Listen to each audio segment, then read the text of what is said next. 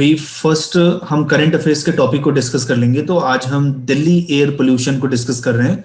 And जब ये topic खत्म हो जाएगा तो सोसाइटी का जो मेंस का हमने टेस्ट लिया था उसके मॉडल आंसर को डिस्कस कर लेंगे। एंड देन उसके बाद पॉलिटी के जो एमसीक्यू टेस्ट हैं उसको हम डिस्कस कर लेंगे।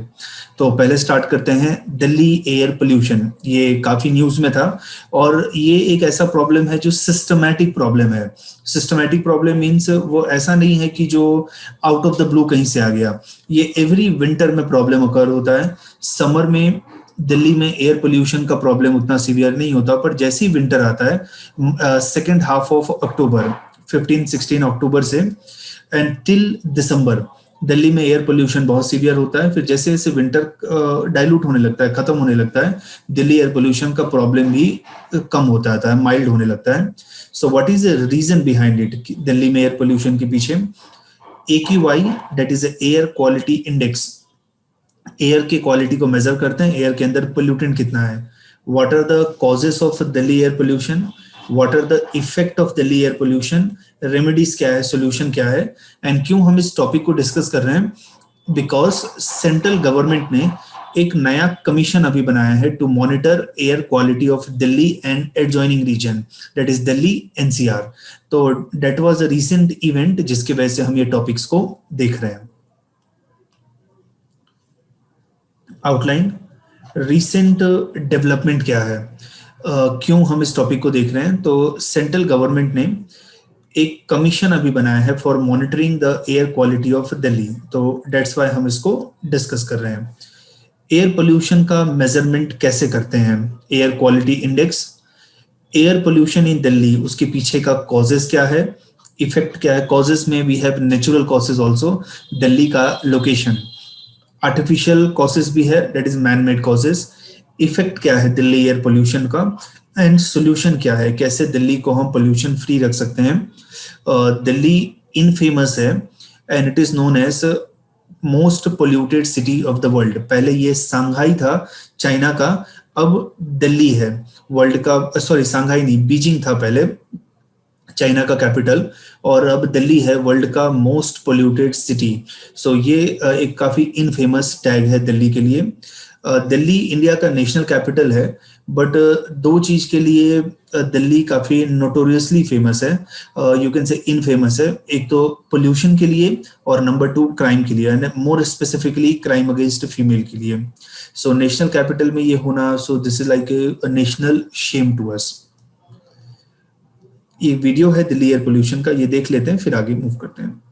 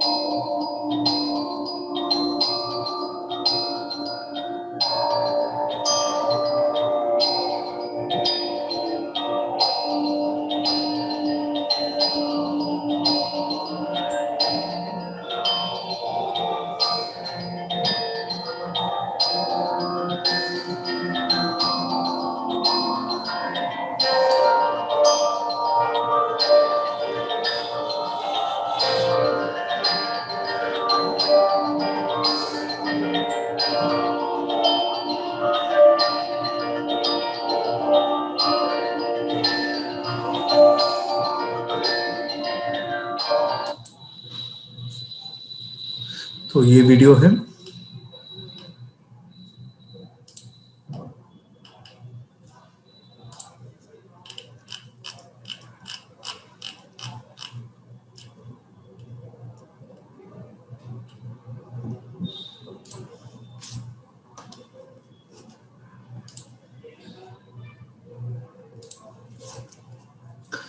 अभी रिसेंट डेवलपमेंट क्या हुआ है दिल्ली एयर पोल्यूशन रिलेटेड। पहले environmental pollution prevention and control authority था, जो दिल्ली में एयर पोल्यूशन के प्रॉब्लम को एड्रेस करता था कि दिल्ली में एयर पोल्यूशन के पीछे का सोर्स क्या है, दिल्ली में एयर पोल्यूशन अकर होता है उसका सोल्यूशन क्या है, डिफरेंट बॉडी के साथ कोलैबोरेट करना है, कोऑर्डिनेट करना है, सो दैट दिल्ली के एयर पोल्यूशन के प्रॉब्लम को सॉल्व किया जाए। अब गवर्नमेंट ऑफ इंडिया ने इसको डिसमेंटल करके एक नया ऑर्गेनाइजेशन बनाया है, that is known as commission for air quality management in national capital region and adjoining area. So ये नया बॉडी बनाया गया है। सो इस बॉडी को डिसमेंटल करके नया बॉडी हमने बनाया, commission for air quality management in national capital region and adjoining area. अब नेशनल कैपिटल रीजन क्या होता है, तो इसके लिए आपको ये समझना पड़ेगा। न्यू दिल्ली, न्यू दिल्ली दिल्ली का एक डिस्ट्रिक्ट है। देन पूरा का पूरा दिल्ली,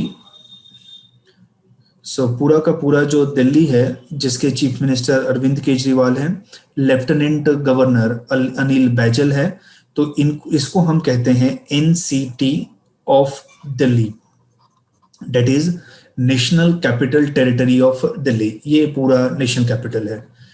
देन दिल्ली के सराउंडिंग रीजन, यूपी का कुछ डिस्ट्रिक्ट, राजस्थान के कुछ डिस्ट्रिक्ट, हरियाणा का कुछ डिस्ट्रिक्ट, तो इसको हम कलेक्टिवली कहते हैं NCR, national capital reason. So NCR Delhi plus adjoining area, Delhi that is NCT of Delhi. तो अब ये देखो, ये पिंक वाला जो है वो दिल्ली है, blue colour that is Uttar Pradesh के district, green colour that is Haryana के district, and light blue colour that is Rajasthan के district.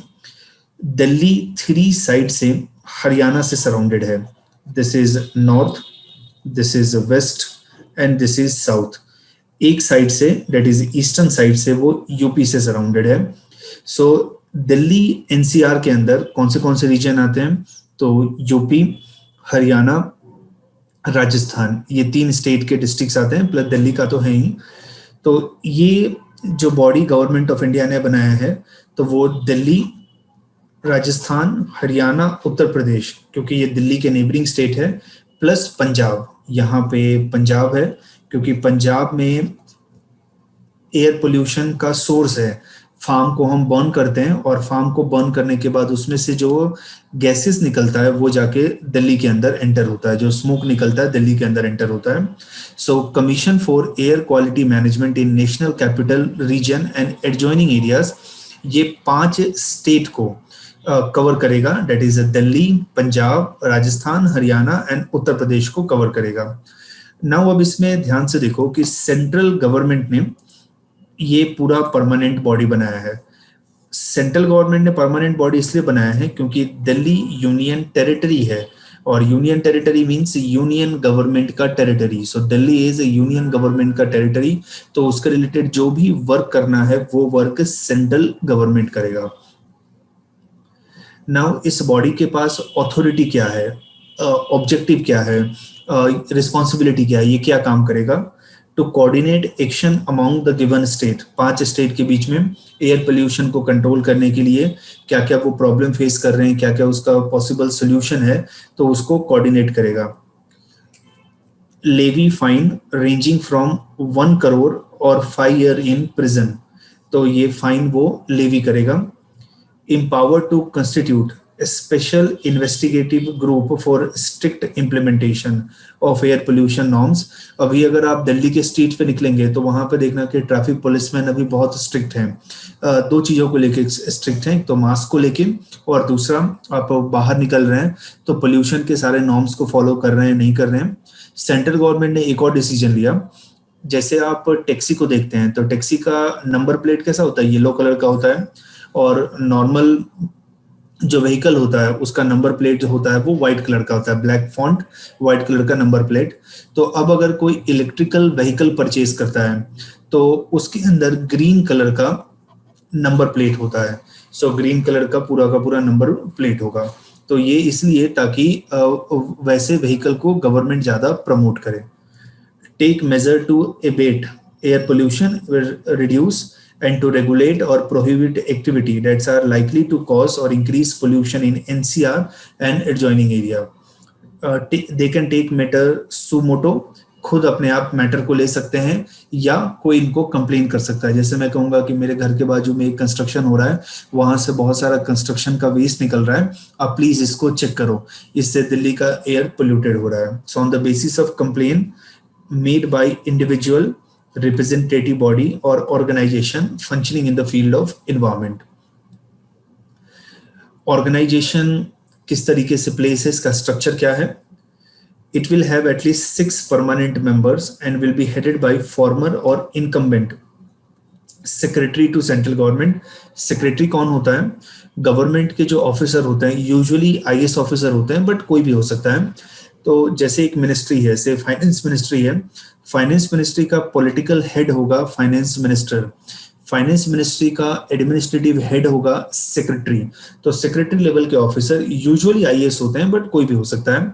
Secretary to central government और चीफ सेक्रेटरी, जिस तरीके से स्टेट का पॉलिटिकल हेड चीफ मिनिस्टर है, उसी तरीके से स्टेट का एडमिनिस्ट्रेटिव हेड चीफ सेक्रेटरी है। So chief secretary to state government, so either secretary central government का हेड हो सकता है पैनल का, या चीफ सेक्रेटरी किसी स्टेट गवर्नमेंट का हो सकता है, किसी भी स्टेट का हो सकता है, डिपेंड करता है सेंट्रल गवर्नमेंट के ऊपर। It will have member from ministry as well as representative from state. जैसे हरियाणा से रिप्रेजेंटेशन है, राजस्थान से रिप्रेजेंटेशन है, पंजाब से है, दिल्ली से है, देन ऑटोमोबाइल मिनिस्ट्री होगा, इन्वायरमेंट मिनिस्ट्री होगा सेंट्रल गवर्नमेंट का, देन से कंस्ट्रक्शन के रिलेटेड जो मिनिस्ट्री है वो इसका पार्ट होगा। इसके अंदर 3 सब कमेटी होगा, और भी सब कमेटी को फॉर्म कर सकते हैं। एक sub committee on monitoring and identification of air pollution, another safeguarding and enforcement of air pollution norms, and third on research and development. What are the solution for air pollution? What are the possible causes? कैसे हम इसको ठीक कर सकते हैं? Legal angle, इसको president ने ordinance issue किया है। ऑर्डिनेंस क्या होता है? अगर आपको नहीं पता है तो सिंपल टर्म्स में इसको समझो। जब हाउस सेशन में होता है, house means I am talking about parliament, Rajya Sabha, Lok Sabha, तो वो लॉ बना सकता है। लेकिन जब हाउस सेशन में नहीं है तब वो ऑर्डिनेंस इशू करता है, और ऑर्डिनेंस इशू करने का पावर किसके पास है? That is president of India के पास है। Brought in via ordinance, commission await formal perusal by supreme court, क्योंकि दिल्ली यूनियन टेरिटरी है और दिल्ली के अंदर मल्टीपल ऑर्गेनाइजेशन है जो गवर्न कर रहे हैं, तो सुप्रीम कोर्ट फिर चेक करेगा कि ये लीगली ठीक है या नहीं है। अगर लीगली ठीक है तो सुप्रीम कोर्ट गो अहेड देगा, बट मेरे को नहीं लगता कि इसमें कुछ लीगल प्रॉब्लम होना चाहिए, बिकॉज यूनियन गवर्नमेंट ऑथोराइज है दिल्ली के लिए कोई भी लॉ बना सकती है। तीनों लिस्ट पे यूनियन गवर्नमेंट लॉ बना सकती है, जबकि स्टेट गवर्नमेंट के लिए स्टेट लिस्ट पे रिस्ट्रिक्शन है। Central pollution control board and state branches, ये एक ऑर्गेनाइजेशन है, CPCB, air pollution, water pollution, land pollution को कंट्रोल करता है, और स्टेट के अंदर भी इसका बोर्ड होता है। जैसे Gujarat state pollution control board, Delhi state pollution control board. तो सेंट्रल लेवल पे सीपीसीबी और स्टेट लेवल पे इसकी एजेंसी होती है, ब्रांचेस होते हैं। So they will have power to implement provision of environment protection act for air, water and land pollution. In case of dispute और क्लैश ऑफ जुरिस्डिक्शन सीपीसीबी के साथ and commission for monitoring of air quality in Delhi and NCR, अगर इनके बीच में कहीं पे clash होता है तो कमीशन का रिट प्रिवेल करेगा, यानी कमीशन जो कहेगा वो फाइनल है। Major weakness in tackling air pollution in Delhi has been inability of agencies such as CPCB to consistently enforce rules on ground. बहुत सारे rules and regulation हैं, बट रूल्स एंड रेगुलेशन को हम ground पे implement ही नहीं कर पाते हैं, और जब ग्राउंड पे इम्प्लीमेंट ही नहीं कर पाएंगे तो प्रॉपर रिजल्ट हमें कैसे मिलेगा। दिल्ली में एयर पोल्यूशन को रोकने के लिए क्या क्या स्टेप्स हमने लिया है। तो अक्टूबर 2020 रिसेंट जिसके बारे में हम डिस्कस कर रहे हैं, so commission for air quality management, commission for air quality management in national capital region and adjoining area, इसको हम लेके आए so that to replace environment pollution control authority को। अप्रैल 2020 में BS6 नॉर्म्स पे हम डायरेक्टली मूव कर गए थे। अब BS6 नॉर्म क्या है, इसका फुल फॉर्म है भारत स्टेज 6। फ्यूल जैसे डीजल है, पेट्रोल है, तो उसका कुछ एमिशन नॉर्म्स होता है। जैसे अब 1 लीटर में डीजल बर्न कर रहा हूँ तो उसमें से 10 ग्राम सल्फर डाइऑक्साइड निकल रहा है, उसमें से 50 ग्राम कार्बन डाइऑक्साइड निकल रहा है, उसमें से 20 ग्राम नाइट्रस डाइऑक्साइड निकल रहा है। तो ये सब एटमॉस्फेयर में जाएंगे, एटमॉस्फेयर को पोल्यूट करेंगे। तो मुझे कैसे भी करके पोल्यूटेंट को कम करना है। तो अब मैं फ्यूल एमिशन का नया नॉर्म लेके आऊंगा कि फ्यूल को आप इस तरीके से डिजाइन करो, इस तरीके से मैन्युफैक्चर करो कि वो 5 ग्राम सल्फर डाइऑक्साइड को रिलीज करे, 10 ग्राम नाइट्रस ऑक्साइड को रिलीज करे, 20 ग्राम CO2 को रिलीज करे। सो जैसे जैसे स्टेज इंक्रीज होता है, जैसे BS1 है वहां से हम BS6 की तरफ जाते हैं तो लेस एमिशन होता है। जैसे आप जब व्हीकल परचेज भी करते हैं, अभी जैसे आप बाइक परचेज करने जाएंगे या फिर आप कार परचेज करने जाएंगे, तो से आपने 1 साल पहले बाइक परचेज किया था 60,000 में, अब वही बाइक आप परचेज करने जाएंगे तो यू विल गेट इन 80,000। क्यों? क्योंकि पहले जब आपने बाइक परचेज किया था वो BS4 था, उसके अंदर प्रॉपर फिल्टर नहीं थे और ज्यादा स्मोक को एमिट करता था। बट अब जब आप बाइक खरीदने जा रहे हैं तो उसमें BS6 फ्यूल यूज होता है, उस हिसाब से इंजन है। जैसे जैसे स्टेजेस चेंज होता है तो मोर फिल्टर्स को हम ऐड करते हैं सो डेट ज्यादा से ज्यादा जो स्मोक प्रोड्यूस होता है उसको ब्लॉक कर ले और कम से कम स्मोक एटमॉस्फेयर में जाए। सो BS6 emission norm with 25% reduction in NOx, that is nitrous oxide, diesel engine will reduce NOx level by 68%, and particulate matter like smoke particle, dust particle जो visible particle होता है by 82%। Then 2019 के अंदर national clean energy programme को हमने launch किया था, जिसका टारगेट था 20 to 30% एयर पोल्यूशन को कम करेगा ऑफ 2017। तो 2017 में जितना एयर पोल्यूशन होता था उसका 20 to 30% हम कम करेंगे। जैसा वीडियो में आगे आपने देखा था, इस बार अभी कोविड-19 है जिसके वजह से दशहरा का सेलिब्रेशन भी उतने ग्रांड लेवल पे नहीं हुआ। दिल्ली में दशहरा काफी ग्रांड वे में सेलिब्रेट करते हैं, प्लस व्हीकल का भी उतना मूवमेंट नहीं है जितना पहले हुआ करता था। कंस्ट्रक्शन भी उतना ज्यादा नहीं हो रहा है, फ्लाइट्स भी उतनी ज्यादा नहीं आ रही है दिल्ली में। Then also air pollution poor category में है। जब ये सब कुछ चालू होता है तो वो सीवियर कैटेगरी में हो जाता है। एंड दिवाली के आसपास का टाइम जब क्रैकर्स ज्यादा बर्स्ट होते हैं तब एयर काफी ज्यादा टॉक्सिक हो जाता है और सीवियर क्वालिटी में चला जाता है। अक्टूबर 2018 सुप्रीम कोर्ट ने अलाउ किया था ग्रीन क्रैकर्स को आप दिवाली में बर्स्ट कर सकते हैं, नॉर्मल क्रैकर को नहीं बर्स्ट कर सकते हैं। What is difference between normal cracker, green cracker? Green cracker से एमिशन कम होता है और उसमें हार्मफुल केमिकल्स भी नहीं होते और टोटल 30% लेस एमिशन होता है। सुप्रीम कोर्ट ने फायर क्रैकर के सेल के ऊपर बैन लगाया था।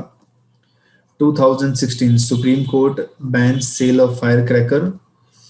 2014 India overtake China to have highest share of death in a country from air pollution। अभी जैसे कोविड-19 की वजह से हमने लॉकडाउन लगाया, अगर आप कोविड-19 से मोर्टालिटी रेट को देखो कि कितने लोगों को कोविड-19 का इन्फेक्शन होता है और उसमें से कितने लोगों को डेथ होता है, दैट इज 2.5%। अगर मैं इसमें से उन लोगों को निकाल दूं जिनको डायबिटीज है, हाइपरटेंशन है, जिनका ब्लड प्रेशर का प्रॉब्लम है या किडनी हार्ट का कुछ प्रॉब्लम है, तो ये शायद परसेंटेज और कम आ जाएगा। तो मोर्टालिटी रेट कोविड-19 से जस्ट 2.5% है। अभी इंडिया में 81 लाख कोविड-19 का इन्फेक्शन है और इसमें से 2.5% लोगों का से डेथ हुआ है, तो समवेयर अराउंड 1.5-1.6 लोगों का डेथ हुआ है। बट इमेजिन इंडिया में कितने लोगों का माल न्यूट्रिशन की वजह से डेथ होता है, कितने लोगों का रोड एक्सीडेंट में डेथ होता है, कितने लोगों का एयर पोल्यूशन या पोल्यूटेड वाटर कंज्यूम करने की वजह से डेथ होता है। तो कोविड-19 में जो हमने रिस्पॉन्स दिखाया, इमीडिएट रिस्पॉन्स, फास्ट रिस्पॉन्स, वैसा ही रिस्पॉन्स हमें दूसरे प्रॉब्लम में भी दिखाना चाहिए। जैसे गवर्नमेंट ने लॉकडाउन कर दिया, सिटीजन को हमने कहा कि आपको मास्क पहनना है, सिटीजन को हमने कहा कि आपको हैंड वॉश करना है, सैनिटाइजर यूज करना है, अपना प्रिकॉशन लेना है।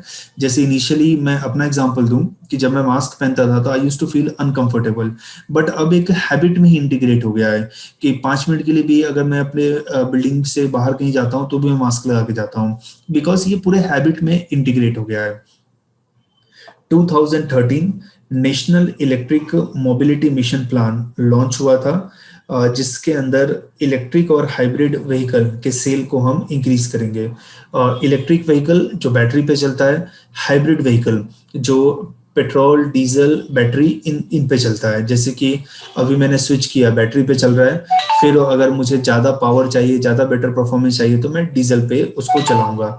जैसे से अगर आपको माउंटेन क्लाइंब करना है तो इलेक्ट्रिक इंजन थोड़ा वीक होता है, लेकिन अगर आप डीजल इंजन को यूज़ करोगे तो पावरफुल होगा।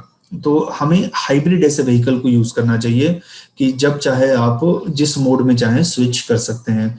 तो ये कुछ रिसेंट डेवलपमेंट था, but most deciding development was air quality management in national capital region and adjoining area जो सेंट्रल गवर्नमेंट अभी लेके आई। So this is recent development. इसमें कुछ डाउट है देन यू कैन आस्क, फिर एयर पोल्यूशन का मेजरमेंट में बताता हूँ। सर ये जो कमीशन बनाया है तो वो हर प्रकार के पॉल्यूशन को चेक करेगा? No, air pollution. Okay okay sir. नहीं तो फिर सर आपने बताया ना कि वो जिसमें सीपीसी भी है जीपीसी भी है, उन दोनों में अभी कन्फ्लिक्ट हुआ तो हाँ, तो जैसे कि इसका कमीशन का हाँ व्यू प्रिवेल करेगा।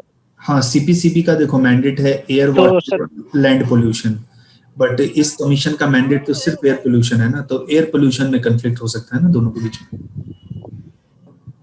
अच्छा जी सर, ओके, कुछ और डाउट किसी को? सर तो दिल्ली में पॉल्यूशन की वजह से एक्सीडेंट भी ज्यादा होते होंगे ना?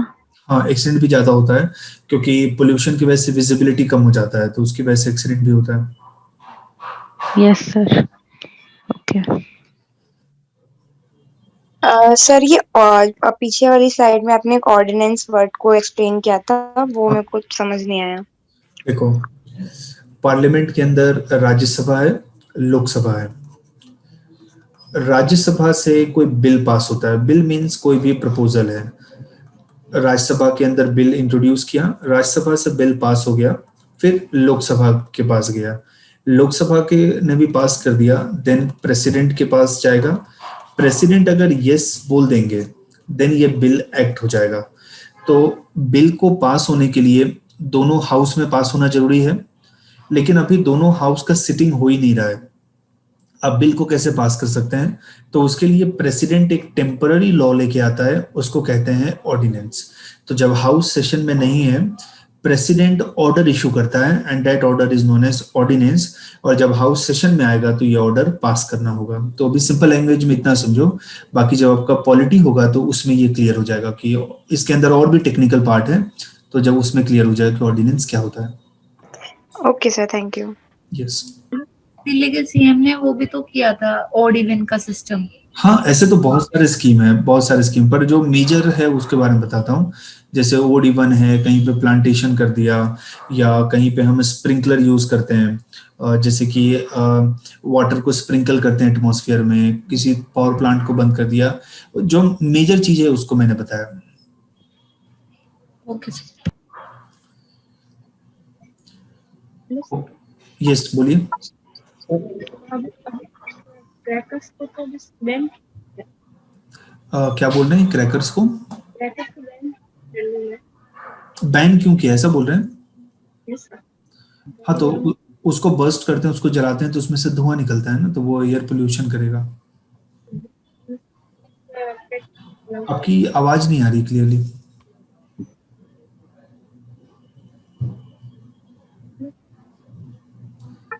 आपकी आवाज क्लियरली नहीं आ रही।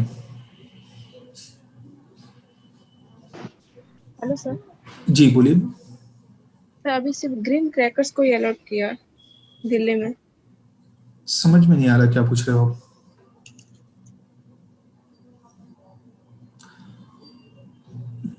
ठीक है, जब तक इनका ऑडियो फिक्स हो रहा है तो कोई और पूछ लो। Sir, yes. sir, when the president passes the ordinance, sir, it can be challenged by the court itself with the in context of suo moto. Yes, it can be challenged. All right, sir. या तो sir ये जो commission बनाया गया अभी ये वाला, so it was मतलब it was put on a hold till the Supreme Court approved it. Yes, means in Delhi there are multiple agencies which are ruling Delhi. So presently this is on hold, and once Supreme Court gives green signal, then it will be implemented. Then the norms and rules and regulations would be implemented of the Central Pollution Control Board. Central Pollution Control Board is already there. We have created this new agency. This agency will not create any new rule. It will just coordinate between the different stakeholders. Okay, sir. All right. Okay, तो आगे move करते हैं हम। Now air pollution को हम major कैसे करते हैं? सो एयर पोल्यूशन को मेजर करने के लिए हमारे पास इंडेक्स है, शॉर्ट में उसको AQI कहते हैं, एंड फुल फॉर्म है एयर क्वालिटी इंडेक्स। सो ये थर्मोमीटर की तरह वर्क करता है। जैसे थर्मोमीटर में कैसा है कि 0 डिग्री टू 500 डिग्री टेम्परेचर को मेजर करते हैं, जितना ज्यादा डिग्री उतना ज्यादा हीट। तो वैसे ही एयर क्वालिटी इंडेक्स है, जितना ज्यादा इसका नंबर होगा उतना ही पुअर एयर का कंडीशन है। सो ये शो करता है एयर में पोल्यूटेंट कितना है। So more the number more will be the pollutant.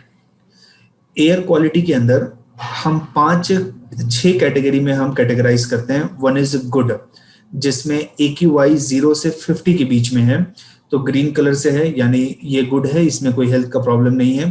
Then satisfactory 51 to 100, 101 to 200 moderately polluted, 201 to 300 poor, 301 to 400 very poor, and 401 to 500 severe. तो जब सीवियर स्टेज में हम पहुंचते हैं तब बहुत ज्यादा रेस्पिरेटरी प्रॉब्लम लोगों को होता है, विजिबिलिटी कम हो जाता है। इनफैक्ट ये क्लाइमेट चेंज के लिए भी रिस्पॉन्सिबल है। कौन से गैसेस को कंपोनेंट को मेजर करते हैं? एक है PM10, PM2.5। So PM10 that is particulate matter 10, PM2.5 that is particulate matter 2.5। PM3 होता है PM1, PM2.5 एंड PM10। तो ये 10, 2.5, 1 ये उसके माइक्रोन का साइज है। जैसे कि आप डस्ट पार्टिकल को देखो, वो एटमॉस्फेयर में विजिबल होगा, बट कार्बन डाइऑक्साइड एटमॉस्फेयर में विजिबल नहीं है। Smoke particle, suit particle atmosphere में विजिबल है। सो जितना छोटा पार्टिकल है उतना ज्यादा हार्मफुल, क्योंकि सपोज करो आप स्मोक को ब्रीथ करते हो तो आपके जो नोस्ट्रिल है वो उसको ब्लॉक कर देंगे, बट अगर बहुत फाइन पार्टिकल है तो आप उसको ब्रीथ कर लेते हैं, वो रेस्पिरेटरी प्रॉब्लम लेके आता है। अगर वो कार्सिनोजेन सब्सटेंस है तो आपको कैंसर जैसा डिसीज भी लेके आ सकता है। तो more small the particle more dangerous it is. तो PM10 that is particulate matter 10, PM2.5 particulate matter 2.5। Then NO2 nitrogen dioxide, O3 ozone, carbon monoxide, ozone this is earth surface. ये earth surface का bottom most layer है, that is troposphere. ये है stratosphere. Ozone usually stratosphere में present है, और stratosphere में ozone desirable है, बट अगर ओजोन ट्रोपोस्फियर में आ जाएगा तो हार्मफुल है।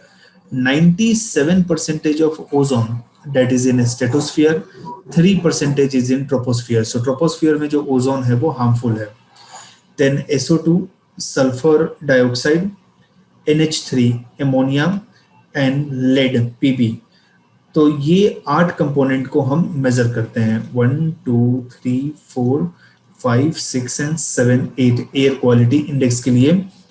इसको कंफ्यूज मत होना, कार्बन डाइऑक्साइड को हम नहीं मेजर करते हैं, कार्बन मोनोऑक्साइड को करते हैं, बिकॉज कार्बन डाइऑक्साइड कोई पोल्यूटेंट नहीं है।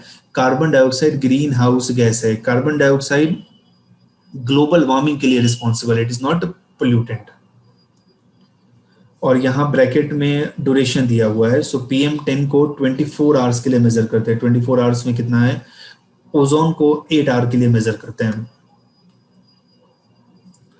इसका मीनिंग क्या है? जब एयर क्वालिटी गुड होता है तो कोई भी रिस्क नहीं है, आप बाहर जा सकते हैं, बाहर घूम सकते हैं, अपना फिजिकल एक्टिविटी कैरी ऑन कर सकते हैं। जैसे जब एयर क्वालिटी बहुत सीवियर हो जाता है तो दिल्ली में एडवाइजरी इशू होता है कि जो एल्डरली है उन्हें बाहर नहीं जाना चाहिए, जो अस्थमा के पेशेंट है उन्हें बाहर नहीं जाना चाहिए। हम अगर कोई फिजिकल वर्क कर रहे हैं, जैसे जॉगिंग कर रहे हैं, रनिंग कर रहे हैं, कोई गेम खेल रहे हैं, हमें बाहर नहीं जाना चाहिए, क्योंकि उस समय हम ज्यादा एयर को ब्रीथ करते हैं and it will create severe problem. Moderate है, एयर क्वालिटी थोड़ा खराब है, आप प्रिकॉशन लेके जाओ, कोई प्रॉब्लम नहीं होगा।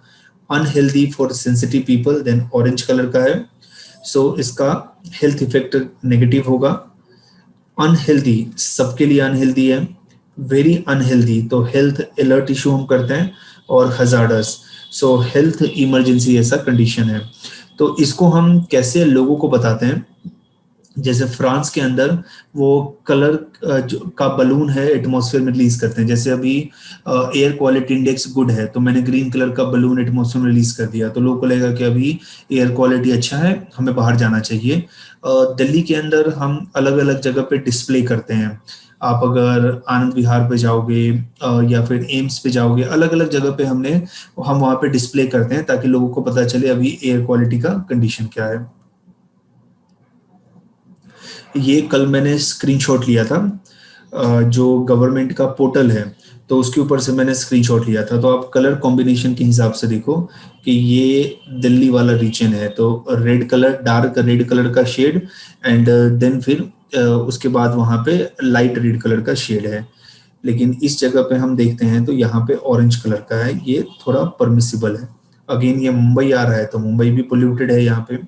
सो डिफरेंट जगह पे हमने मेजरमेंट के लिए वहाँ पे इंस्ट्रूमेंट रखा है। अब मेजरमेंट के लिए कौन सा इंस्ट्रूमेंट रखा है? आप जैसे मोबाइल के टावर को देखते हैं तो वैसा ही एक हमने टावर बनाया हुआ है। इस तरीके से सिलेंड्रिकल होता है और उसके चारों साइड राउंड वे में हम इस तरीके से प्लेट को रखते हैं, वो सेंसर को रखते हैं। आपने बहुत जगह देखा होगा, ध्यान से देखना कि एक लंबा टॉल टावर होता है और टावर के ऊपर देखना पूरे सर्कुलर वे में 8 टाइप के वहां पे हम ऐसे प्लेट रखते हैं और वो मेजर करता है। तो वो एयर क्वालिटी इंडेक्स को मेजर करता है। 8 मींस 8 पोल्यूटेंट है हमारे पास। सो एयर क्वालिटी को ऐसे हम मेजर करते हैं। अब दिल्ली में एयर पोल्यूशन हो रहा है क्यों? मुंबई, कोलकाता, चेन्नई, बैंगलोर इतना ह्यूज प्रॉब्लम नहीं है। इंडिया में 4 मेट्रो सिटी है, Delhi, then Mumbai, then Kolkata, then Chennai. No doubt Delhi का पॉपुलेशन बहुत ज्यादा है, बट पॉपुलेशन मुंबई का भी ज्यादा है, कोलकाता का भी ज्यादा है। तो वहां पे एयर पोल्यूशन इसलिए नहीं है क्योंकि आप लोकेशन देखो, this is Mumbai, this is Chennai and this is Kolkata. तीनों सी कोस्ट पे लोकेटेड है, यानी 3 साइड से लैंड से सराउंडेड है, बट एक साइड से तो वाटर है, तो यहाँ से एयर इजिली डिस्चार्ज हो जाएगा। दूसरा, एटमॉस्फेयर में जितना भी वाटर वेपर है, सो वाटर वेपर का प्रॉपर्टी क्या होता है? वो चीजों को अटैच करता है। तो जब एटमॉस्फेयर में डस्ट पार्टिकल है तो वाटर वेपर उसको अटैच कर लेगा, तो जिसके वजह से वो सारा ग्राउंड पे आ गया। लेकिन दिल्ली इनलैंड है, ये चारों साइड से लैंड से सराउंडेड है। सो इसलिए दिल्ली में एयर पोल्यूशन का प्रॉब्लम सीवियर होता है, but not in other cities of India. गांव में मैं जब छोटा था तो मैं ये देखता था कि जैसे लोगों को झाड़ू लगाना होता है कि नॉर्मल अभी आप अगर झाड़ू लगाएंगे तो वहां से बहुत धूल उड़ने लगती है और जिसकी वजह से ब्रीथिंग में प्रॉब्लम होता है, आपका पूरा बॉडी जो है वो धूल से कवर हो जाएगा। तो वो लोग क्या करते थे, पहले वाटर को स्प्रिंकल कर देते थे, वाटर को थ्रो करते थे और फिर झाड़ू लगाते थे, तो सारा का सारा डस्ट नीचे सेटल हो जाता था। दिल्ली में भी अभी यही अप्रोच हम फॉलो कर रहे हैं। जिस तरीके से फायर ब्रिगेड के टैंकर होते हैं तो उस टैंकर में वाटर स्प्रिंकलर लेके हम घूमते हैं और जगह जगह एयर में हम स्प्रे करते हैं सो दैट जो भी पोल्यूटेंट है वो नीचे आ जाए। तो एक तो दिल्ली का लोकेशन कि दिल्ली इनलैंड में लोकेटेड है, चारों साइड से लैंड से सराउंडेड है। सेकेंड रीजन है विंटर सीजन में क्यों दिल्ली में प्रॉब्लम अकर होता है। दिल्ली के वहां पे कॉन्टिनेंटल क्लाइमेट है। अब आप पूछोगे कॉन्टिनेंटल क्लाइमेट का मतलब क्या होता है। सो क्लाइमेट को based on their water content हम दो वे में डिवाइड करते हैं, और भी मल्टीपल डिवीजन है but based on water content में कह रहा हूं। One is continental and another is marine. So marine sea coast में होता है जहां पे वाटर वेपर होता है, कॉन्टिनेंटल जहां पे वाटर वेपर नहीं होता है। सो समर के टाइम पे यहाँ पे टेम्परेचर बहुत हाई हो जाता है, विंटर के टाइम पे यहाँ पे टेम्परेचर बहुत लो हो जाता है। सो हम एक्सट्रीम टेम्परेचर एक्सपीरियंस करते हैं। तो दिल्ली के अंदर समर में टेम्परेचर 48-49 डिग्री सेल्सियस, विंटर में temperature 1 degree Celsius 0 degree Celsius तक पहुंच जाता है। तो बहुत एक्सट्रीम हम एक्सपीरियंस करते हैं। बट मुंबई के अंदर समर में टेम्परेचर 32 डिग्री सेल्सियस, विंटर में टेम्परेचर 24 डिग्री सेल्सियस। सो मेरी टाइम टेम्परेचर माइल्ड होता है, कॉन्टिनेंटल टेम्परेचर एक्सट्रीम होता है। तो दिल्ली के अंदर विंटर सीवियर है बिकॉज ये कॉन्टिनेंटल क्लाइमेट है। विंटर अगर सीवियर है तो एयर को कूल करेगा, और जब एयर को कूल करेगा तो सारा का सारा एयर हैवी हो जाता है और वो नीचे होगा। जब भी आपको कंफ्यूजन होता है कि हीटिंग और कूलिंग के बाद क्या इफेक्ट होगा, तो आप ये सिंपल एग्जांपल लो। आइस है, आइस को मैंने हीट सप्लाई किया, वाटर में कन्वर्ट हो गया, वाटर को मैंने हीट सप्लाई किया, वाटर वेपर में कन्वर्ट हो गया। आइस को हीट सप्लाई करते हैं तो आइस मेल्ट होके वाटर बन गया, वाटर को हीट सप्लाई करते हैं, वाटर इवोपरेट होके वाटर वेपर बन गया। अब मेरे पास 100 ग्राम का राइस है, 100 ग्राम का आइस है, और से एक बलून के अंदर 100 ग्राम वाटर वेपर को मैंने फिल किया है। दोनों को मैं थ्रो करके आपको मारता हूं तो आइस का इम्पैक्ट ज्यादा होगा बिकॉज वो सॉलिड है। तो जब भी कोई चीज कूल होता है उसका डेंसिटी हाई होता है, और डेंसिटी हाई होगा तो वो हैवी होगा। जब भी कोई चीज हीटेड होता है तो वो लाइट वेट होता है। सो विंटर के टाइम पे दिल्ली में कूलिंग बहुत ज्यादा होता है, कूलिंग की वजह से एयर हैवी है, और जब एयर हैवी है तो वो नीचे आता है, अर्थ का ग्रेविटेशनल फोर्स उसको अट्रैक्ट करता है। एयर जब लाइट है तो वो ऊपर जाता है। तो डेट्स व्हाई विंटर सीजन में दिल्ली में प्रॉब्लम सीवियर है।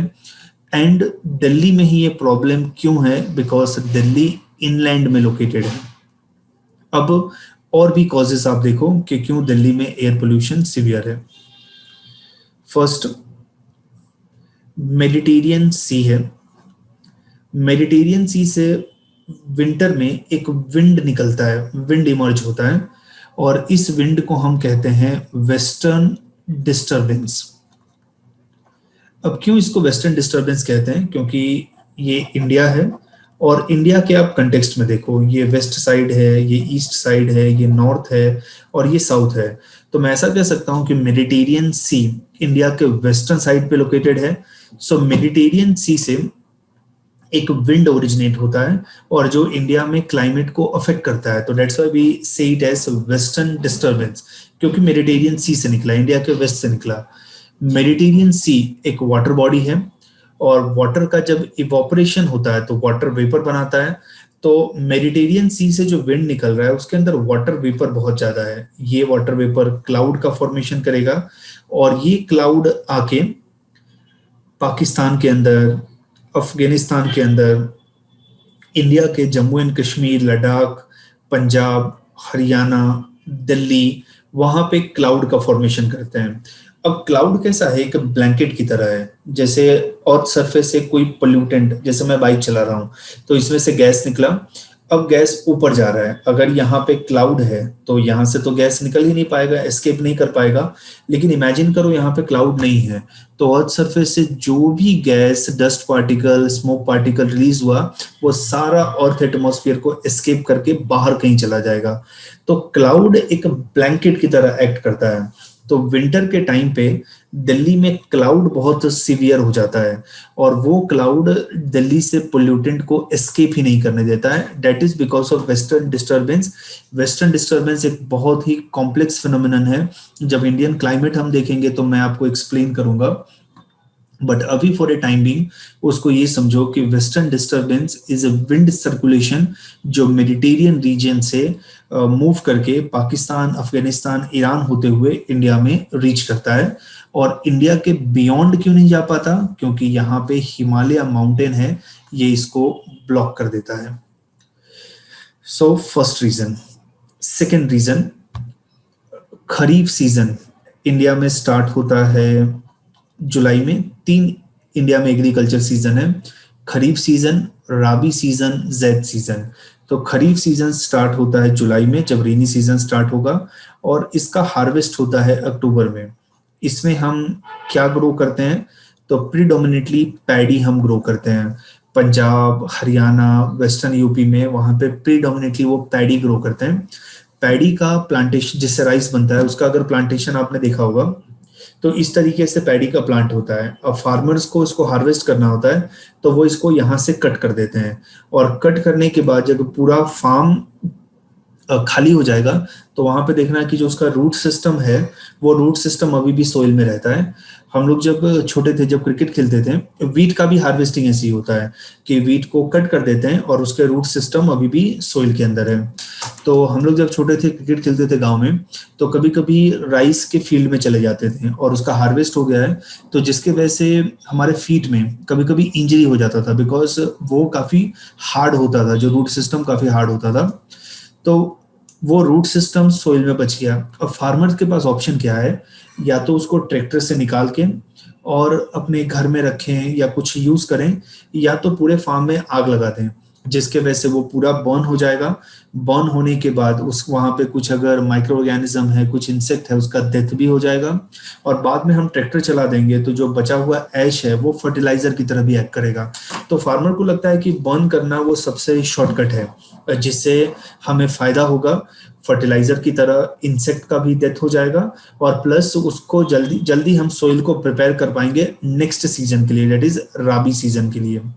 सेम जब राबी सीजन खत्म होता है तो भी फार्मर ऐसा करते हैं, बट विंटर में प्रॉब्लम इसलिए ये ज्यादा सीवियर है बिकॉज विंटर सीजन में पंजाब में जो भी हम बर्न करते हैं वो सारा का सारा मूव करके दिल्ली के अंदर आ जाता है।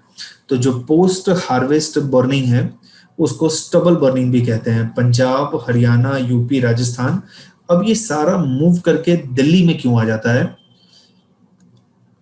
जब आप विंड के सर्कुलेशन को पढ़ेंगे तो विंड मूव करता है from high pressure to low pressure.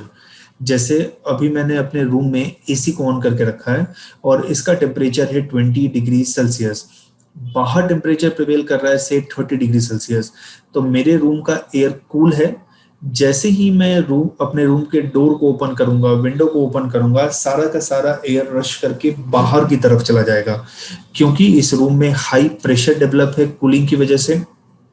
तो विंड हाई प्रेशर से लो प्रेशर की तरफ मूव करता है, और हाई प्रेशर क्यों अगर होता है? हीटिंग एंड कूलिंग की वजह से।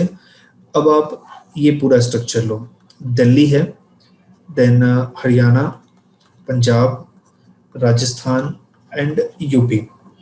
दिल्ली के अंदर वेहिकुलर मूवमेंट बहुत ज्यादा हो रहा है, दिल्ली के अंदर इंडस्ट्रियल एक्टिविटी हो रहा है, दिल्ली के अंदर ग्रीनरी नहीं है, तो इसका टेम्परेचर 20 डिग्री सेल्सियस है।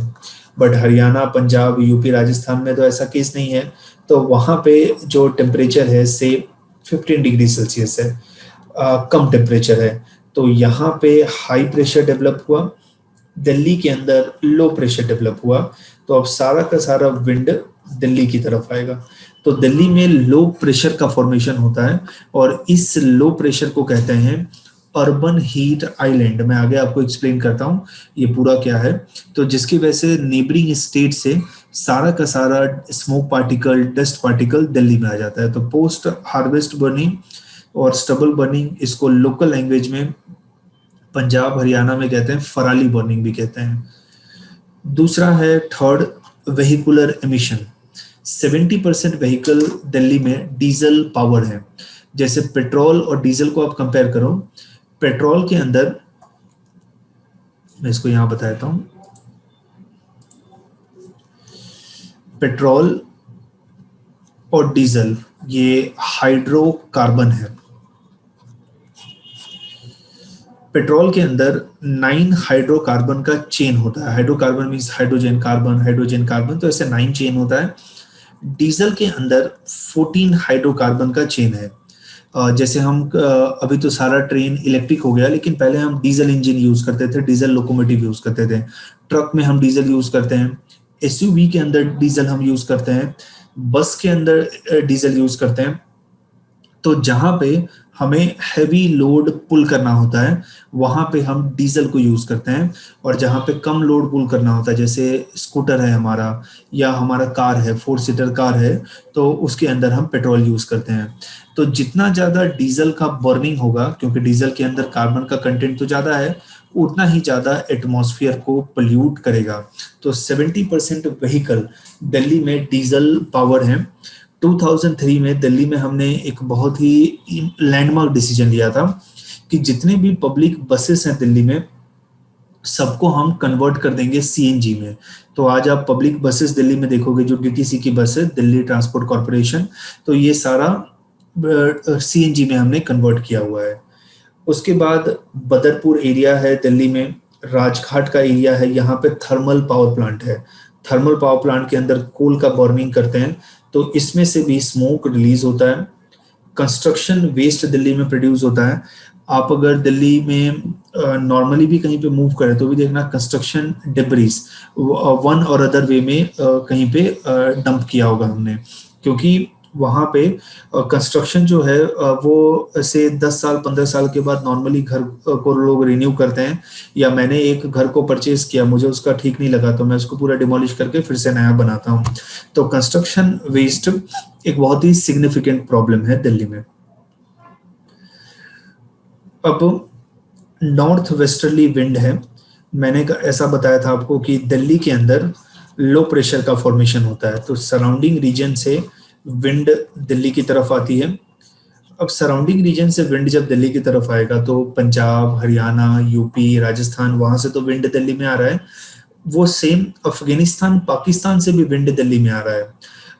अफगानिस्तान, पाकिस्तान के अंदर कहीं कहीं डेजर्ट रीजन है, तो डेजर्ट रीजन से डस्ट पूरा का पूरा दिल्ली की तरफ आ रहा है। So north westerly wind which is coming from north west direction of Pakistan, Afghanistan, तो वहां से डस्ट स्ट्रॉम दिल्ली में आता है, दैट इज राजस्थान, पाकिस्तान, अफगानिस्तान से। विंटर के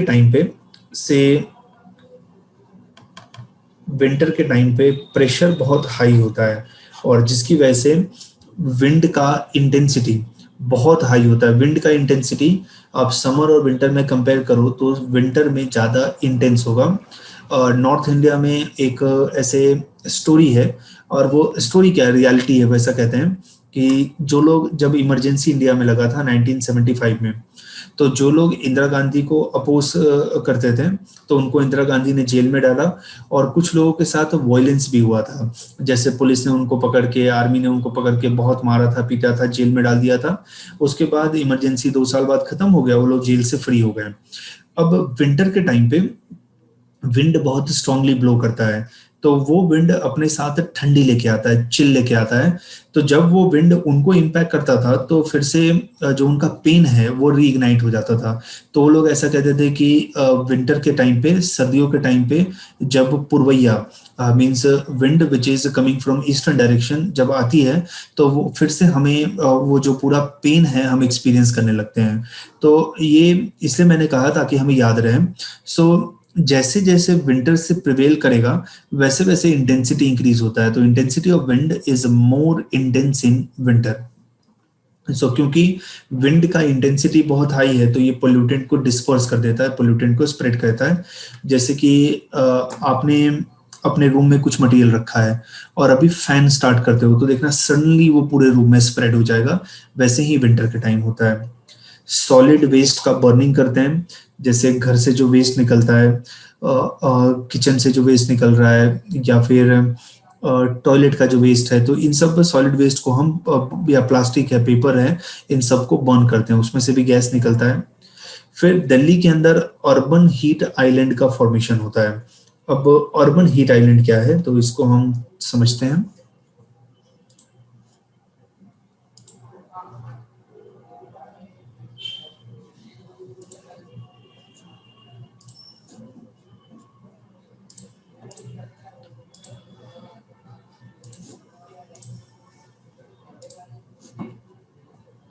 सबको ये वाइट स्क्रीन दिख रहा होगा।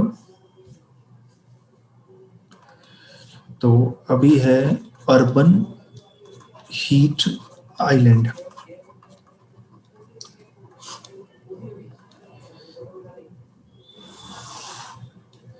से ये किसी सिटी का सेंटर एरिया है। जैसे दिल्ली के कंटेक्स्ट में मैं देखूं तो न्यू दिल्ली वाला एरिया है, new Delhi, red fort, Chandni Chowk, अगर जहाँ पे प्रेसिडेंट का राष्ट्रपति भवन है उसके 5 किलोमीटर के रेडियस में देखो तो वो रीजन कमर्शियली बहुत इंपॉर्टेंट है। तो कोई भी सिटी का ये सेंटर एरिया है तो यहाँ पे ट्रीज बिल्कुल भी नहीं होती है। अब ट्रीज को मैं क्यों लेके आया, जैसे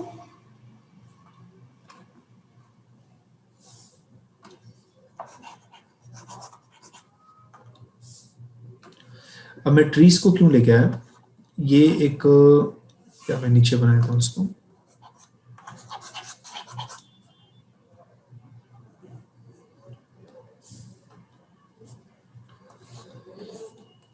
ये एक ट्री है। ये क्या करता है, कार्बन डाइऑक्साइड को एब्जॉर्ब करता है, सनलाइट को एब्जॉर्ब करता है, ग्राउंड सरफेस से वाटर को एब्जॉर्ब करता है, ग्राउंड सरफेस से मिनरल्स को एब्जॉर्ब करता है, एंड एक प्रोसेस करता है that is known as photosynthesis.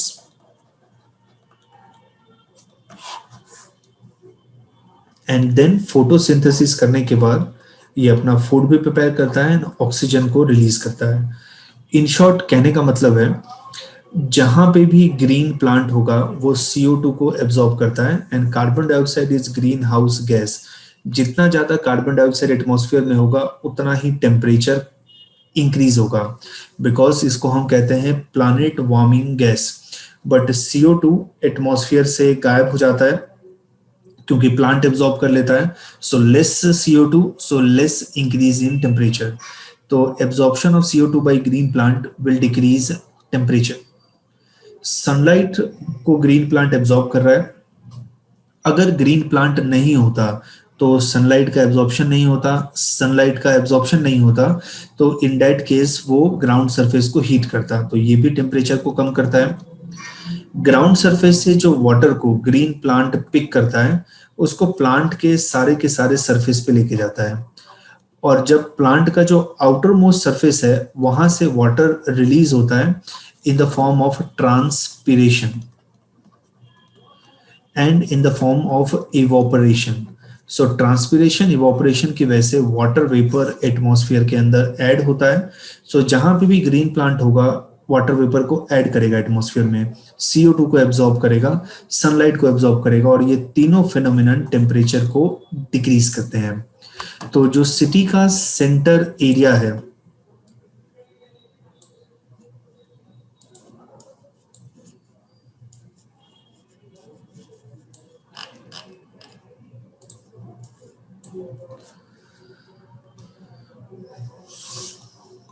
तो जो सिटी का सेंटर एरिया है वहां पे ट्रीज नहीं होती है, या होती भी है तो बहुत कम होती है।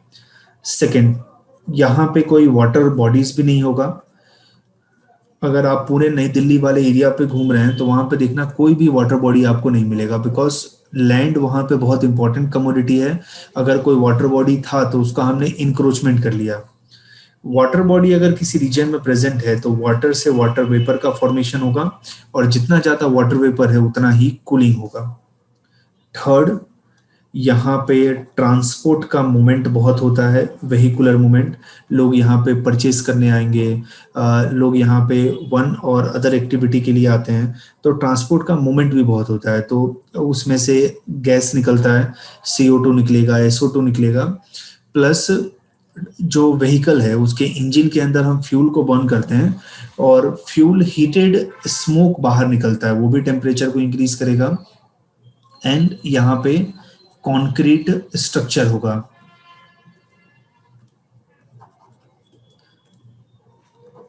यहाँ पे कंक्रीट स्ट्रक्चर होगा। जैसे आप अगर रूरल एरिया में देखो तो रूरल एरिया में इस तरीके से हॉरिजॉन्टल कंस्ट्रक्शन होता है, एक घर, दूसरा घर, तीसरा घर। बट आप अर्बन एरिया में देखोगे तो वर्टिकल कंस्ट्रक्शन होता है।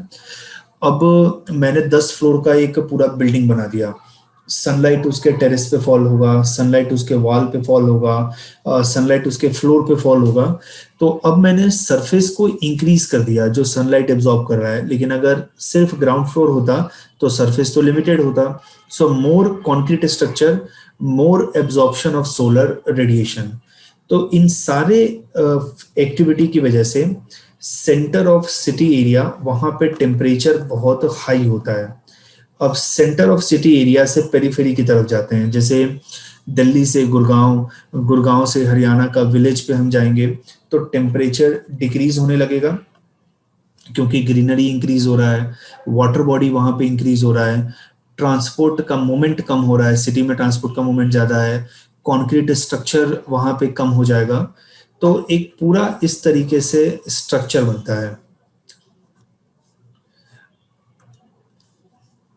यहाँ पे टेम्परेचर हाईएस्ट है तो जिसकी वजह से एयर यहाँ पे हीटेड है, और यहाँ पे जो पोल्यूटेंट है वो सबसे हाईएस्ट पोजीशन पे होंगे। लेकिन जैसे जैसे हम सिटी से दूर जा रहे हैं तो टेम्परेचर कम हो रहा है, और जब टेम्परेचर कम हो रहा है तो मटेरियल का डेंसिटी इंक्रीज हो रहा है, और जिसकी वजह से अब यहाँ पे पोल्यूटेंट ग्राउंड सरफेस के क्लोजर है। सो ये पूरा का पूरा एक पोल्यूशन डोम क्रिएट करता है। सो पोल्यूशन डोम मीन्स जो सिटी का मेन एरिया है, सेंटर एरिया है, जहां पे मैक्सिमम इकोनॉमिक एक्टिविटी होता है, वहां पे पोल्यूटेंट हाईएस्ट लेवल ऑक्यूपाई करेगा। नाउ ये वाला रीजन जहां पे टेम्परेचर हाईएस्ट होता है उसको हम कहते हैं urban heat island. This region experience maximum temperature. क्योंकि यहाँ पे मैक्सिमम टेम्परेचर है तो प्रेशर यहाँ पे लोएस्ट होगा। मैंने एग्जांपल आपको बताया था आइस, वाटर, वाटर वेपर का, और इस जगह पे प्रेशर हाई है। सो एज ए रिजल्ट सारा का सारा material from the surrounding reason urban heat island की तरफ मूव करता है, और यहाँ पे पोल्यूटेंट इंक्रीज होता है। अगर अभी ये समझ में नहीं आया तो जब हम एनवायरनमेंट देखेंगे तो मैं एक्सप्लेन करूंगा। अभी फॉर ए टाइम बिंग आप जस्ट इतना समझो कि urban heat island means city का वो लोकेशन जहां पे टेम्परेचर हाईएस्ट है because of lack of vegetation, lack of water body, extreme transportation movement and more concrete structure. वहां पे टेम्परेचर हाईएस्ट होता है जिसकी वजह से लो प्रेशर डेवलप होता है, और बाकी सराउंडिंग रीजन से वहां पे एयर रश होके आते हैं। तो ये अर्बन आइलैंड का फॉर्मेशन, ये अर्बन हीट आइलैंड का फॉर्मेशन दिल्ली में होता है, तो जिसके वजह से सराउंडिंग रीजन से एयर यहाँ पे रश करके आ जाते हैं, तो यहाँ पे पोल्यूशन का लेवल इंक्रीज हो जाता है। तो ये कॉजेस हैं दिल्ली में एयर पोल्यूशन के रिलेटेड। इस किसी को कुछ डाउट है किसी में तो आप पूछ सकते हैं।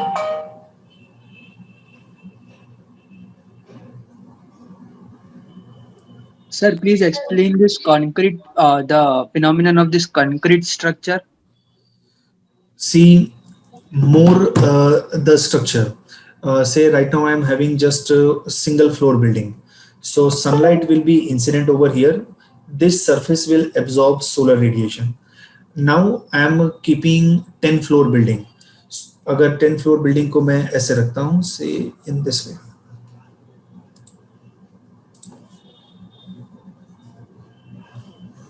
10 फ्लोर का बिल्डिंग रखता हूँ या 5 फ्लोर ही रखते हैं, 1 2 3 4 5 6 साइड से सराउंडेड है एक floor, terrace, floor and 4 walls. अब पहले सिर्फ इतना ही ग्राउंड सरफेस था और इसका पूरा साइज था 10 मीटर स्क्वायर। अब मैंने क्या किया, 10 मीटर स्क्वायर का ग्राउंड फ्लोर, 10 मीटर स्क्वायर का first floor, second floor, third floor, fifth floor, so पूरा एरिया को मैंने 5 टाइम मल्टीप्लाई कर दिया। So more the surface more will be absorption of solar radiation, और जितना सोलर रेडिएशन को एब्जॉर्ब करेगा उतना ही हीटिंग होगा। ये सेम ऐसा है कि जैसे मैं अगर ये एग्जांपल लेके आपको बताऊं, इसको देखना कि अभी ये एक सिंगल फ्लोर है, तो अब सनलाइट जो फॉल होगा इसके ऊपर फॉल होगा और इट विल एब्जॉर्ब। अब मैंने इसके ऊपर एक और फ्लोर बना दिया, तो अब ये दोनों सनलाइट को एब्जॉर्ब करेगा, और जितना सनलाइट पहले एब्जॉर्ब करता था उससे डबल ही एब्जॉर्ब करेगा। सो this is effect of concrete structure. All right sir, thank you. या सर जैसे दिल्ली है सेंटर, तो ऐसे हरियाणा भी तो सेंटर हो सकता है, क्योंकि पंजाब से भी हरियाणा पास नहीं, पड़ता है। नहीं, दिल्ली के अंदर जितना ट्रांसपोर्ट का मूवमेंट होता है, क्या हरियाणा में होता है उतना ट्रांसपोर्ट का मूवमेंट? सर वो जगह छोटी हो जाती है शायद दिल्ली हरियाणा से। नहीं, मैं ये कह रहा हूँ, जैसे आप हरियाणा में कौन सी सिटी में रह रहे हैं? पानीपत में रह रहे हैं। पानीपत में अगर आपको 5 किलोमीटर का डिस्टेंस ट्रेवल करना है, आप अपने स्कूटर लेके भी जा सकते हैं, कार लेके भी जा सकते हैं, हार्डली 10 मिनट में आप पहुंच जाएंगे, है ना, 5 किलोमीटर का डिस्टेंस 10-15 मिनट में। लेकिन वही दिल्ली में अगर 5 किलोमीटर का डिस्टेंस ट्रेवल करना होगा, आपको मल्टीपल ट्रैफिक जैम फेस करना होगा। अब पानीपत में उस 5 किलोमीटर के डिस्टेंस में से आपने 10 व्हीकल को क्रॉस किया, तो दिल्ली के अंदर वही 5 किलोमीटर डिस्टेंस में आप 1000 व्हीकल को क्रॉस करेंगे। ओके, पानीपत में आप अगर अपने घर को देखते हैं, मीन्स आपके आजू बाजू जो बिल्डिंग्स होता है, 2 फ्लोर 3 फ्लोर या मैक्सिमम 4-5 फ्लोर का बिल्डिंग मिलेगा, बट वो 4-5 फ्लोर का बिल्डिंग भी बहुत ज्यादा नहीं होगा। लेकिन अगर आप दिल्ली में देखें तो 8 फ्लोर 10 फ्लोर 20 फ्लोर ऐसे बिल्डिंग मिलेगा, तो ज्यादा कॉन्क्रीट स्ट्रक्चर। पानीपत में आप ग्रीनरी को देखो और दिल्ली में ग्रीनरी को कंपेयर करो। जैसे नई दिल्ली में अगर मैं पार्लियामेंट राष्ट्रपति भवन का एरिया छोड़ दूं, सपोज आप चांदनी चौक वाले एरिया में जाओ, वहां पे आप 2 किलोमीटर अगर मूव करोगे तो आप अपने फिंगर्स पे काउंट कर पाओगे कि कितने ट्रीज है वहां पे। तो ये डिफरेंस आ जाता है, समझे आप? Okay sir. कुछ और डाउट किसी को? ओके, तो आगे मूव करते हैं। नाउ एयर पोल्यूशन का इफेक्ट क्या होता है? तो एक इफेक्ट है पोल्यूशन डोम क्रिएट करता है, सारा का सारा पोल्यूशन इकट्ठा हो जाता है जिस जगह पे अर्बन हीट आइलैंड का फॉर्मेशन हुआ। ये रिस्पॉन्सिबल है ग्लोबल वार्मिंग के लिए, क्लाइमेट चेंज के लिए। ग्लोबल वार्मिंग और क्लाइमेट चेंज में रिस्पॉन्सिबल क्या है? ग्लोबल वार्मिंग में जस्ट टेम्परेचर इंक्रीज होता है, ग्लोबल वार्मिंग है वैसा ग्लोबल कूलिंग भी होता है, किसी जगह पे टेम्परेचर कम हो रहा है, सो ग्लोबल वार्मिंग में टेम्परेचर चेंज हो रहा है, आइदर इंक्रीज और डिक्रीज। नॉर्मली इंक्रीज हो रहा है अभी वर्ल्ड के हर लोकेशन पे, बट उल्टा भी होता है। क्लाइमेट चेंज में टेम्परेचर इंक्रीज या डिक्रीज हो सकता है, रेनफॉल इंक्रीज या डिक्रीज हो सकता है, विंड का इंटेंसिटी इंक्रीज या डिक्रीज हो सकता है। तो क्लाइमेट चेंज एक वाइड फिनोमिनन है।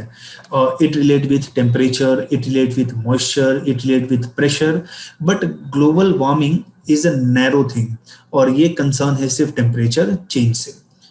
देन हेल्थ इशू लेके आता है, रेस्पिरेटरी प्रॉब्लम होता है।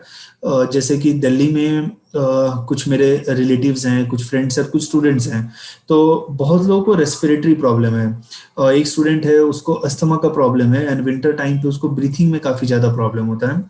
एक हमारी स्टूडेंट थी, वो पहले हैदराबाद से थी और दिल्ली में यूपीएससी प्रिपरेशन के लिए आई थी, तो जब भी विंटर स्टार्ट होता था तो उसको रेस्पिरेटरी काफ़ी चैलेंज फेस करना पड़ता था।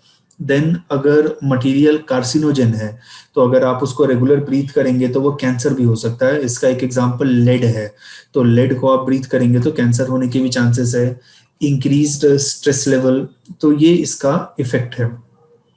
नाउ दिल्ली में एयर पोल्यूशन है, उस एयर पोल्यूशन को कैसे कंट्रोल कर सकते हैं, उसको कैसे रोक कर सकते हैं।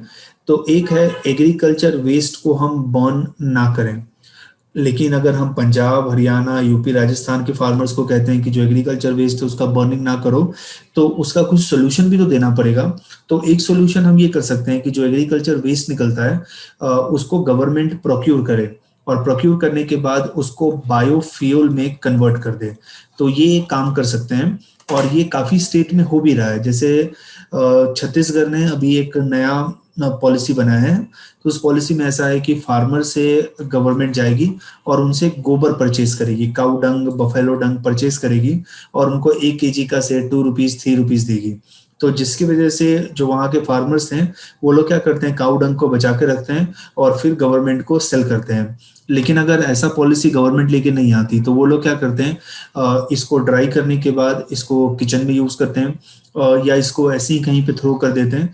तो जो भी वेस्ट प्रोड्यूस होता है, वेदर एग्रीकल्चर का है, कंस्ट्रक्शन का है, एनिमल हस्बेंड्री का है, गवर्नमेंट को ऐसी पॉलिसी बनानी चाहिए कि वेस्ट को लोगों से कलेक्ट करें और हम उस वेस्ट को प्रोसेस करके उसके ऊपर वन और अदर वे में वर्क करें।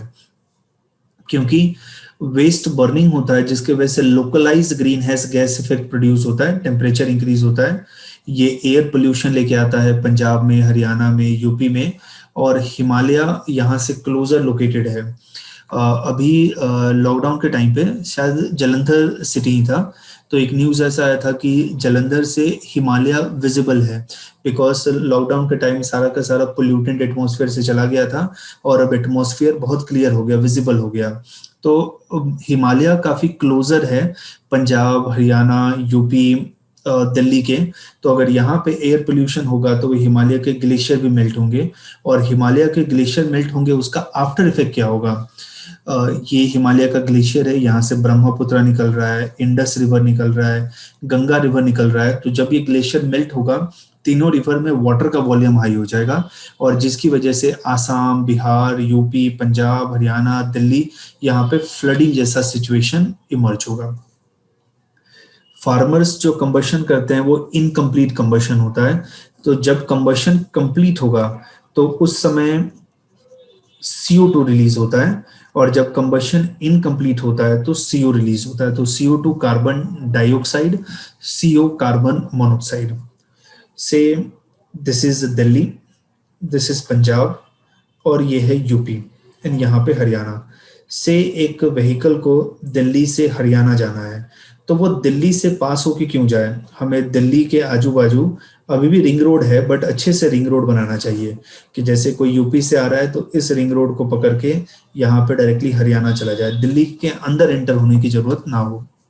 सो diversion of commercial vehicle not destined for Delhi, ban on dumping of construction waste. Construction waste one of the major problem है दिल्ली में, बिकॉज ये बहुत हैवी होता है और इसको डिस्पोज करना चैलेंजिंग होता है।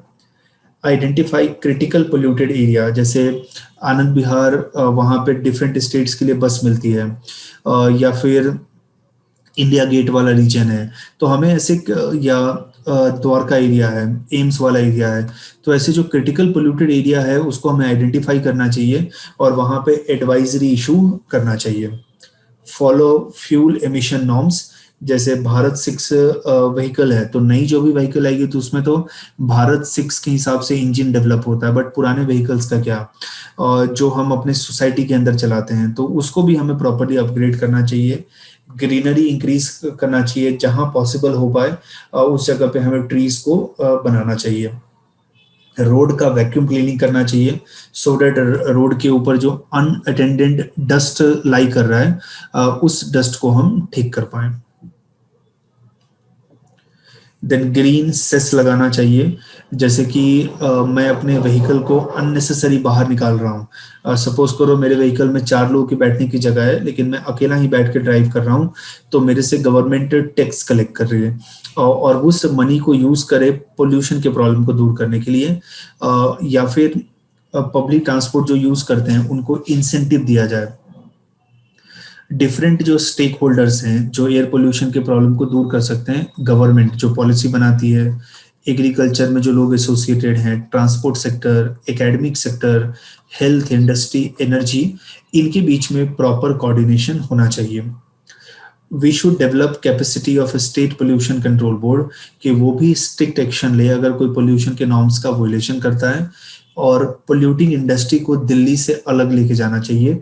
जैसे मेरा एक स्ट्रॉन्ग ऐसा ओपिनियन है कि जो पोल्यूटिंग इंडस्ट्री है उसको हमें उस जगह पे रखना चाहिए जहाँ पे पोल्यूशन कम है, और जहाँ पे पॉपुलेशन कम है। जैसे कि राजस्थान के डेजर्ट में हमने लोकेट कर दिया, अगर वहाँ पे थोड़ा ज़्यादा भी पोल्यूशन होगा तो भी कोई उतना मेजर प्रॉब्लम नहीं क्रिएट करता क्योंकि उसके आजू बाजू लोग नहीं रहते हैं। बट अगर जो क्राउडेड एरिया है, जो गंगेटिक बेल्ट वाला रीजन है, जो यूपी, बिहार, बंगाल, दिल्ली, हरियाणा, पंजाब वाला जो प्लेन रीजन है, वहां पे अगर ज्यादा इंडस्ट्री बिल्ड करते हैं तो पोल्यूशन का प्रॉब्लम होगा, वाटर वहां पे खराब होगा और वो लोगों के लिए हार्मफुल इफेक्ट लेके आएगा। सो this is all about air pollution in Delhi. तो इसमें कुछ डाउट है देन यू कैन आस्क।